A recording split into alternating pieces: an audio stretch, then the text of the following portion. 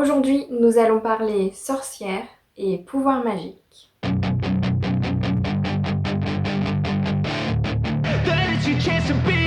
Hey kid, don't ever let them get inside your head.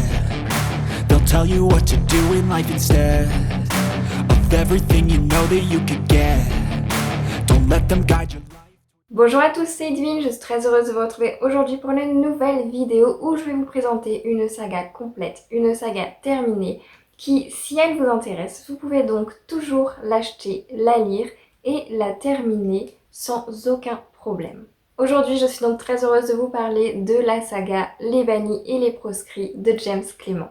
Il s'agit ici d'une saga fantasy young adulte complète en exactement 5 tomes. Tout commence au pays d'Alazea, frappé par une malédiction. 3 mages firent un acte ultime de résistance. Ils ont tout sacrifié pour préserver le bien. 500 ans plus tard, Elena est une jeune fille heureuse qui adore gambader dans les champs avec son frère. Malheureusement, en cueillant des pommes, elle se rend compte que sa main change de couleur. Il semblerait qu'elle soit en train de développer des pouvoirs disparus depuis bien longtemps. Pas le temps de s'extasier, le Seigneur Noir est déjà à ses trousses.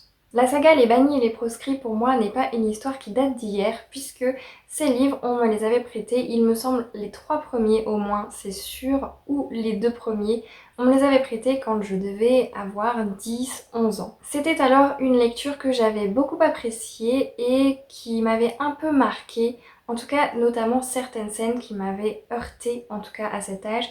Je suis plutôt sensible pour certaines choses et pour le coup ça m'avait assez heurtée. Et je me souvenais donc de ça, mais je me souvenais surtout que j'avais adoré les personnages, j'avais adoré l'histoire. Et donc une fois adulte, c'est-à-dire ces derniers temps, il me semble que c'était l'année dernière ou cette année que je les ai lus, je sais déjà plus. Non, c'était l'année dernière, j'ai voulu les redécouvrir. J'ai voulu savoir ce qu'il en était une fois adulte, qu'est-ce que c'était.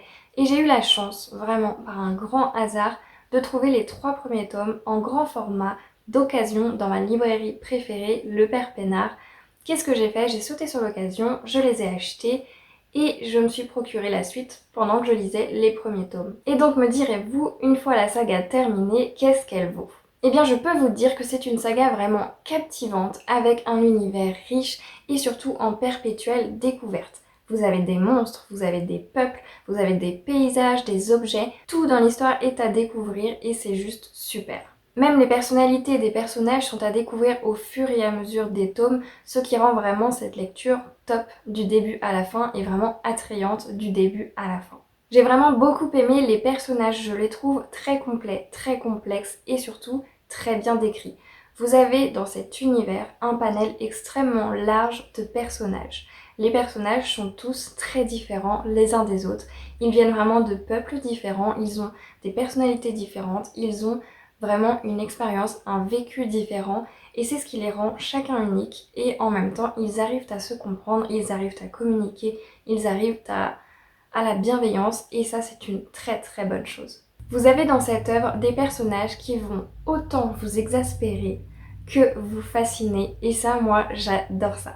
Toujours concernant les personnages, je les ai trouvés extrêmement réalistes et surtout très humains. Par exemple, Elena va ressentir des émotions extrêmement fortes et qui sont adaptées à sa situation. Elle doit quand même en très peu de temps faire confiance à des personnes qu'elle ne connaît absolument pas, apprivoiser ses pouvoirs qu'elle ne connaît absolument pas et surtout changer de vie du tout au tout. Alors oui, Elena et tant d'autres vont vivre des émotions autant négatives que positives et c'est ce qui les rend si fabuleux, si uniques et si humains, si réalistes. Mais surtout, ce qui les rend réalistes, c'est que ce sont des héros avec des faiblesses. J'ai vraiment, à plusieurs reprises dans la lecture, je me suis dit « Waouh, ça c'est génial » parce que ils ont en fait une limite. Ils ont une limite qui s'atteint plus ou moins rapidement, mais quand même assez rapidement pour que je le remarque. Ils ont finalement un héros parmi eux tout seul ne vaut pas forcément le coup, en tout cas n'y arriverait pas sans ses compagnons. Et ce qui est fort, c'est qu'il n'y en a pas juste un, hop, il va réussir à massacrer tout le monde et c'est fini. Non, ils ont leurs limites, ils doivent apprendre, ils doivent travailler pour s'améliorer et c'est ce qui les rend si humains. Dans cette saga, vous allez voir qu'il y a également une réelle évolution du tome 1 au tome 5, mais sur plusieurs plans, pas que sur un seul. Pas que les personnages, pas que Voilà, sur plusieurs plans. Vous avez donc des personnages qui mûrissent, une intrigue qui se développe, des personnages qui changent. On part quand même du petit village d'Elena à tout un pays à découvrir. J'irai plus loin dans mon analyse en disant que l'auteur est très doué. Il immerge le lecteur dans son récit dès les premières pages avec un texte de prévention fictif. Quiconque continuerait la lecture de ce manuscrit sans en avoir l'autorisation ou les facultés risque gros. L'écriture de l'auteur est également immersive puisqu'il va réussir à donner suffisamment de détails pour que le lecteur s'imprègne des scènes qui se jouent devant ses yeux.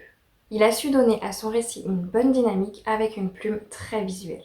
Attention toutefois, cette saga est super géniale, mais c'est une saga fantasy extrêmement sombre. Je vous préviens tout de suite, certaines scènes peuvent être extrêmement dérangeantes. Moi, ce qui m'avait dérangé, c'était cette scène avec des animaux qui grouillent un peu partout, qui sortent des corps.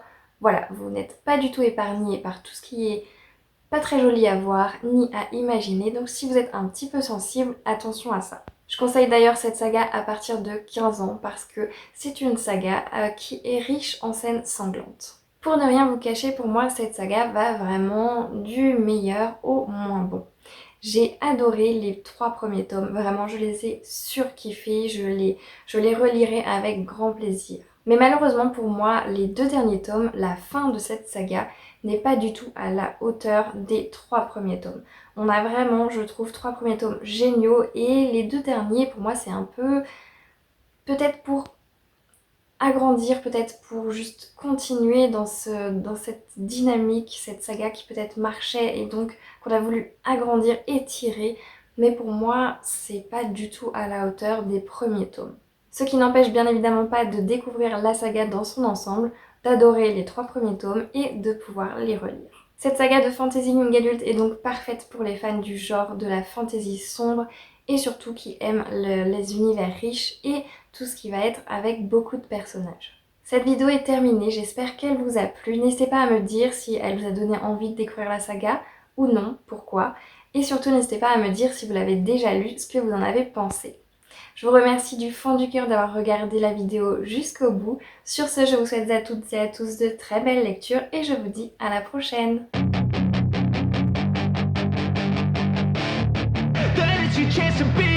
Hey kid